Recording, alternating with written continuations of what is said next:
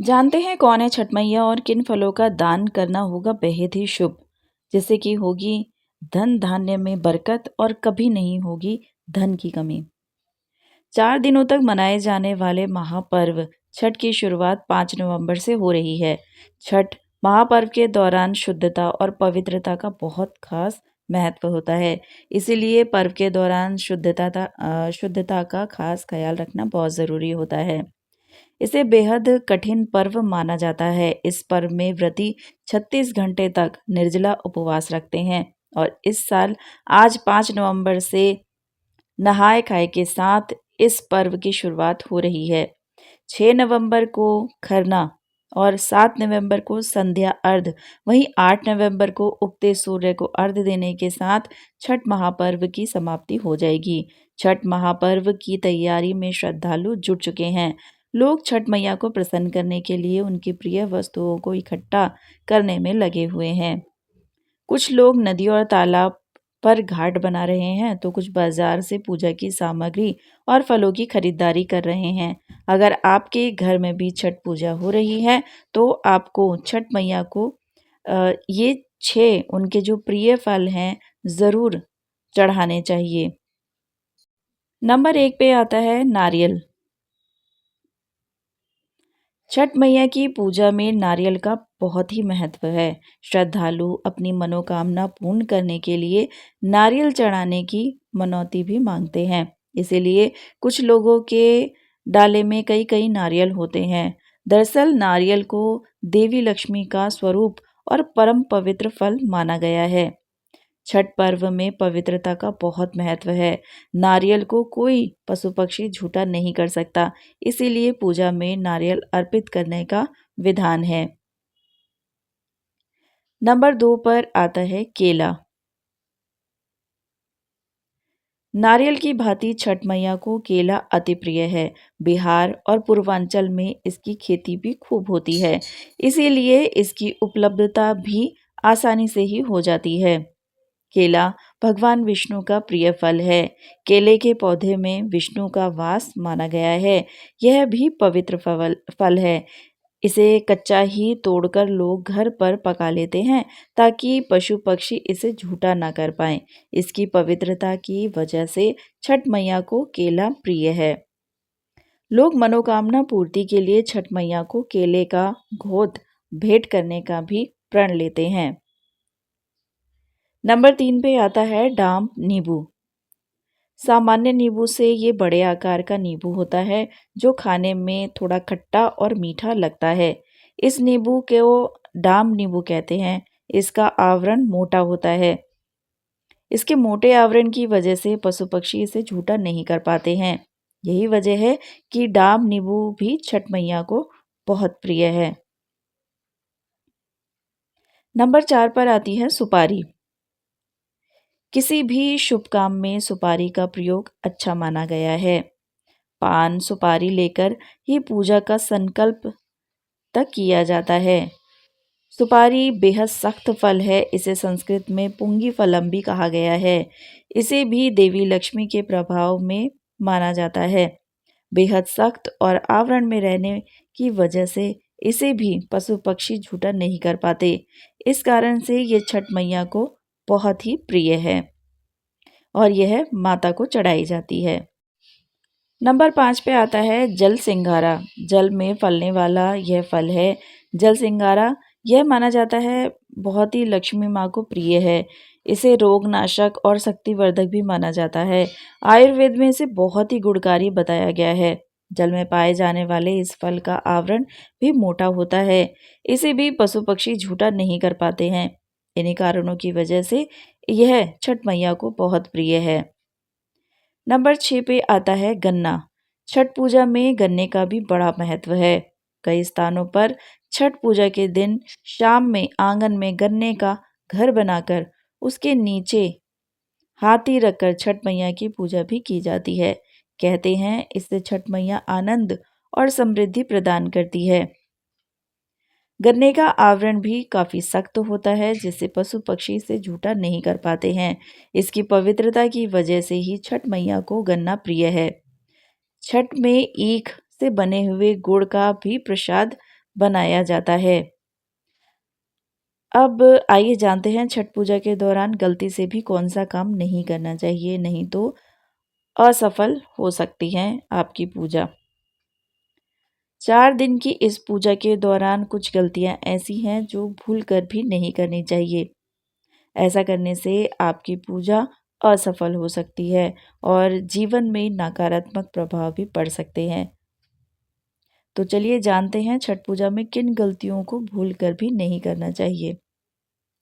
उत्तर भारत में सबसे मुख्य पर्व छठ महापर्व को ही माना जाता है। 4 दिनों तक बड़ी ही धूमधाम से छठ का पर्व मनाया जाता है।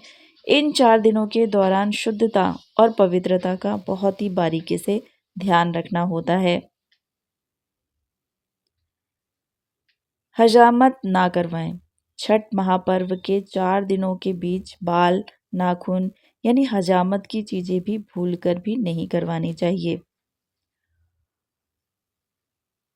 इन चीज़ों को स्पर्श भी ना करें। इस दौरान जितनी भी अस्पर्श वाली चीज़ें हैं उनको छठ महापर्व के दौरान स्पर्श नहीं करना चाहिए। तामसिक भोजन ना करें। अगर आपके घर में छठ व्रत हो रहा है या नहीं भी होता है तो भी छठ महापर्व के दौरान तामसिक भोजन का सेवन नहीं करना चाहिए। ऐसा करने से आपके जीवन में नकारात्मकता आ सकती है। बेड पर ना सोएं।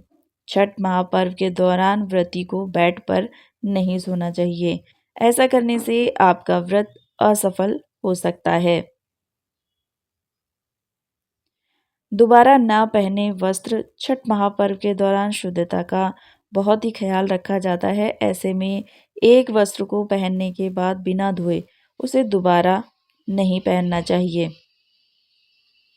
मिट्टी के चूल्हे पर बनाए खाना। छठ पर्व में व्रती को गैस पर खाना नहीं बनाना चाहिए। इस दौरान मिट्टी के चूल्हे में ही खाना बनाएं।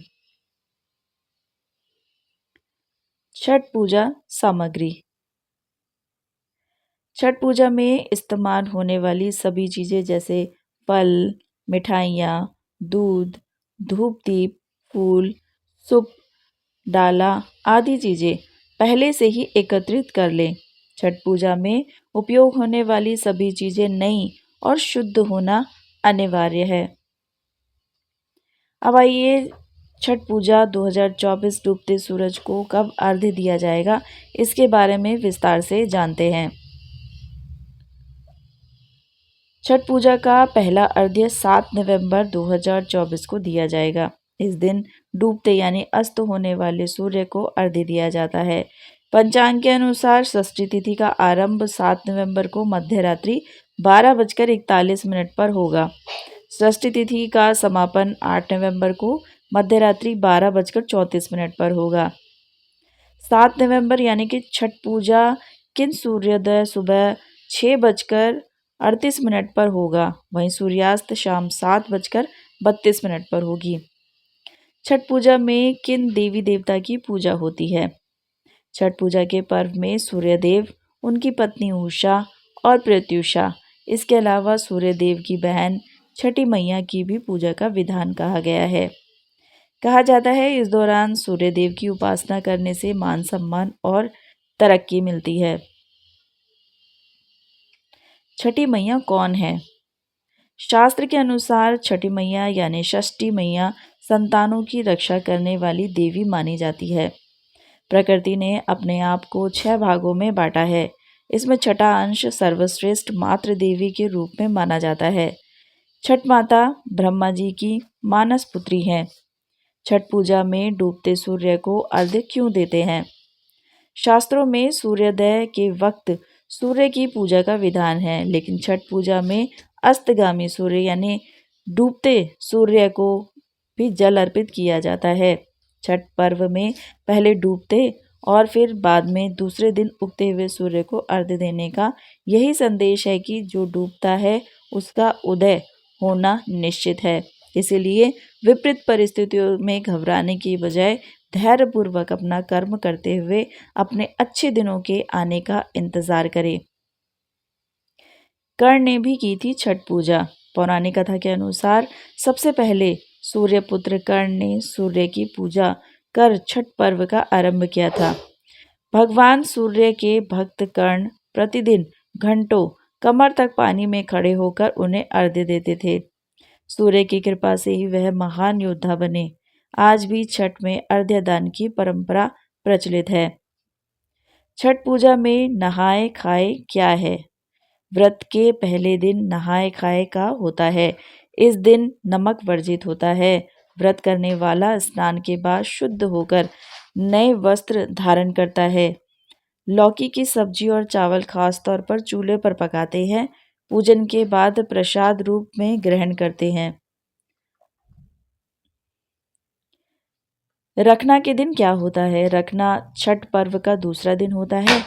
इस दिन सूर्यास्त के बाद गाय के दूध की खीर बनाई जाती है।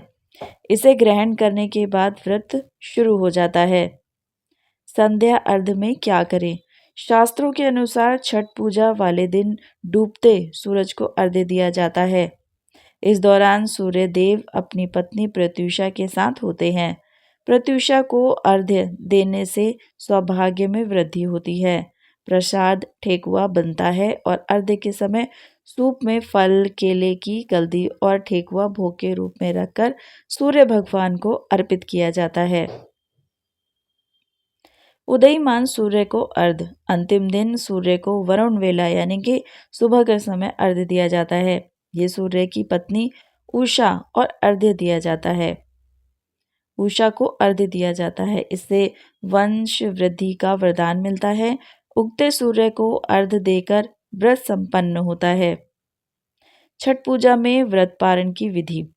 छठ का व्रत खोलते वक्त सबसे पहले पूजा में चढ़ाया गया प्रसाद जैसे ठेकुआ, मिठाई ग्रहण करें, फिर कच्चा दूध पिए।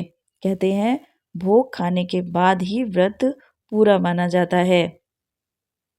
छठ पूजा का महत्व। छठ पूजा को सूर्य षष्ठी, छठ, छठी, छठ पर्व, डाला पूजा और डाला छठ के नाम से भी जाना जाता है। छठ पूजा के दौरान सूर्य देव की पूजा करने से सुख, समृद्धि, सफलता और निरोगी शरीर की प्राप्ति होती है। छठ का व्रत करने से संतान दीर्घायु होते हैं और परिवार में संपन्नता और खुशहाली बनी रहती है। उम्मीद है कि आप सभी को वीडियो पसंद आई होगी। वीडियो पसंद आई है तो प्लीज़ चैनल को सब्सक्राइब ज़रूर कीजिएगा और वीडियो को लाइक ज़रूर कीजिएगा। यह तमाम जानकारी जन रुचि को ध्यान में रखकर दी जा रही है। ज्योतिष और धर्म के उपाय और सलाहों को अपनी आस्था और विश्वास पर आजमाएं। कंटेंट का उद्देश्य मात्र आपको सलाह देना है। इस संदर्भ में हम किसी प्रकार का कोई भी दावा नहीं करते हैं।